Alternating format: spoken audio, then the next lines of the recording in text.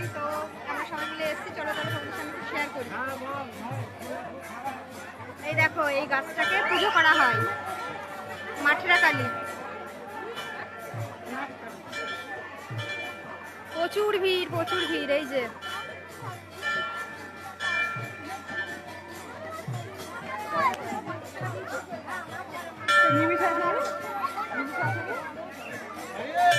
অনেক লোকজন, প্রচুর ভিড়।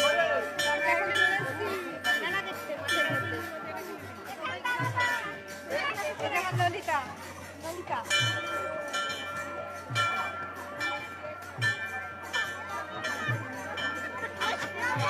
বৌদি, বৌদি সবাই মিলে আছি, তোমরা দেখতে থাকো ভিডিওগুলো।